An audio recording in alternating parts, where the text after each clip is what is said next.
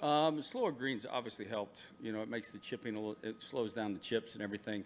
You know, all the shots that you're hitting in there. It makes the ball grab more because you have more, a little bit of, more grass on there to grab and spin shots. And, without the heat, the cloud cover made it a little bit softer. But when that wind died down, you just felt like you had a chance to score. I'm not saying it was easy by any means. You know, I just hit some putts, hit some shots that helped me.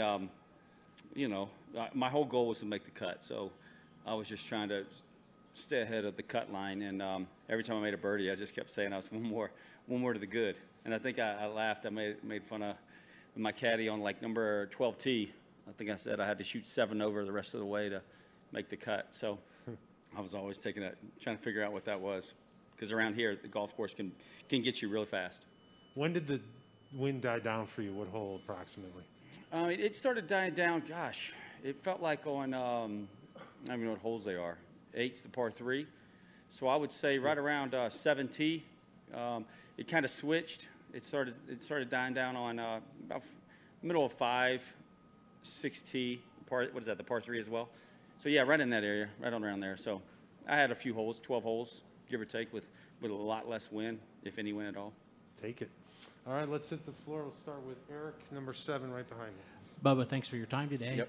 I know a lot of times people want to look back and reflect on careers after they're retired, after they're done, but you did something that only Raymond Floyd and Tiger Woods have done on this course, is shoot 63. When you think about that, or will you think about that, or do you just live in the moment?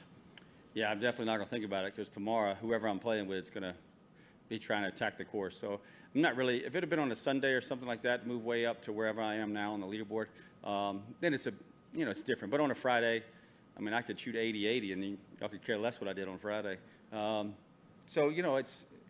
It's very nice. Don't get me wrong. I mean, it's an honor to be able to shoot 63 on any golf course. So, I mean, I'll take it. But I got to look forward to tomorrow and see where I'm at, and hopefully hit just as quality shots as I did today. Jeff and then Jaime. Jeff on 5. Bubba, hidden driver everywhere around here. How much does that free you up and just make it fun to get out there and start making birdies? Well, it's funny. Out of nowhere, I don't even know why or how it worked out, but I decided to change driver shafts. I've been using the same shaft since 2002. It's roughly 90 grams, and so I switched to a 60-gram shaft.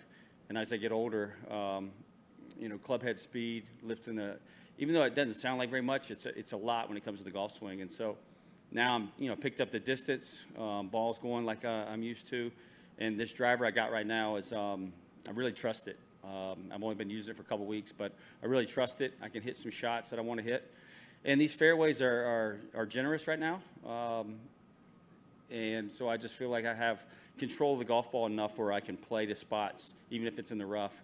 I can play shots out of the rough around here. And so yeah, obviously, if I'm hitting irons everywhere, it would be boring golf.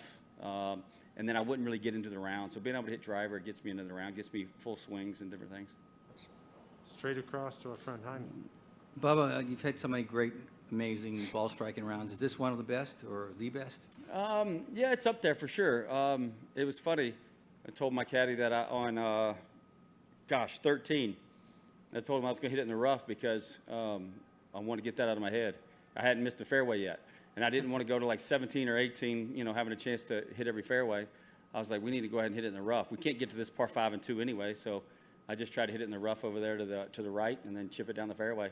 And chipped it down and still made birdie, so it worked out good. You sure you can reach it in 2? Yeah, because the wind, if the slight wind that there was into us. So to hit it, those 380 drives or 400-yard drives that guys were hitting earlier today or yesterday, you couldn't really do it. Well, I couldn't.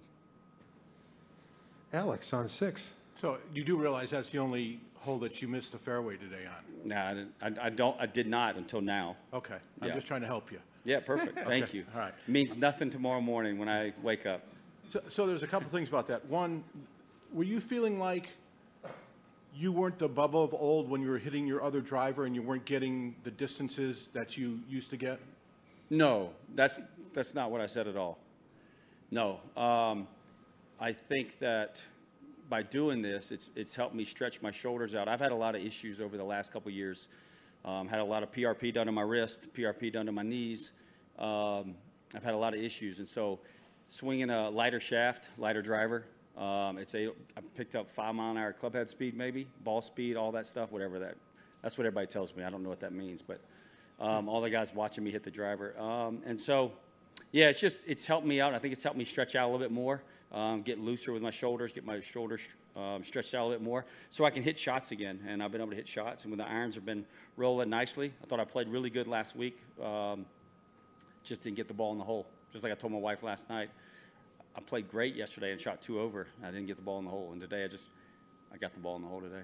Okay, and then the other part of that, the fact that you, for 2 days, it sounds like, have figured out how to attack this golf course. Do you feel, even though you shot 63 today, do you feel like that's the benefit going into the weekend? I mean, I don't think I learned how to attack the golf course. If you really want me to go through my round, I was nervous on every single shot. I was nervous on every single putt. I had no clue. The greens are bumpy. I mean, let's just call it like it is. They're bumpy, and they were a little bit hairier today. It was tough, and my putts bounced my way, and they went in today. Tomorrow, hopefully, they bounce my way again, and they go in. Got time for a couple more. Let's go to 4. And So then basically what I'm saying is I don't know how to attack the golf course. Today was a great day. So would you call it somewhat lucky today? Yes, every round that I play is lucky. Never had a lesson, you know. 4. I know you say you're lucky, but shooting 63 around this place, like Eric had mentioned, there's only 2 guys that have ever done that. But this course is obviously going to go through a lot of changes overnight and into tomorrow's round. What have you learned over the last couple of days that you're going to have to take into tomorrow? That I'm playing well. Forget the golf course. It's about trusting yourself. If you don't trust yourself out there, it doesn't matter if you have the perfect yardage, the perfect club. It doesn't matter. If you don't feel like you can hit a shot or you're second guessing that shot, then you're not going to play. It doesn't matter what golf course it is. It doesn't matter if it's at home with your buddies. It doesn't matter if it's here. It doesn't matter if it's the John Deere in a few weeks. I mean, you're just trying to, you're trying to trust yourself. If you have a solid mindset, you'll be able to play. I mean, any of these guys out here are good enough to play. I mean, that's why they're here in the field.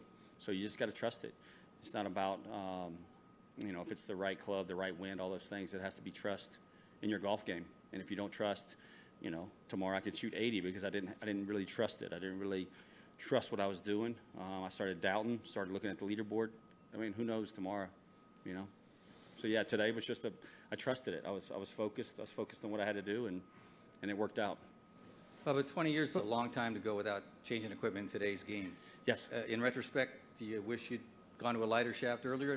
No, I tried it earlier. I've tried it over the years, and when I call my dink cut, I couldn't keep it in the air. It wouldn't have enough spin on it, so it'd just fall out of the sky.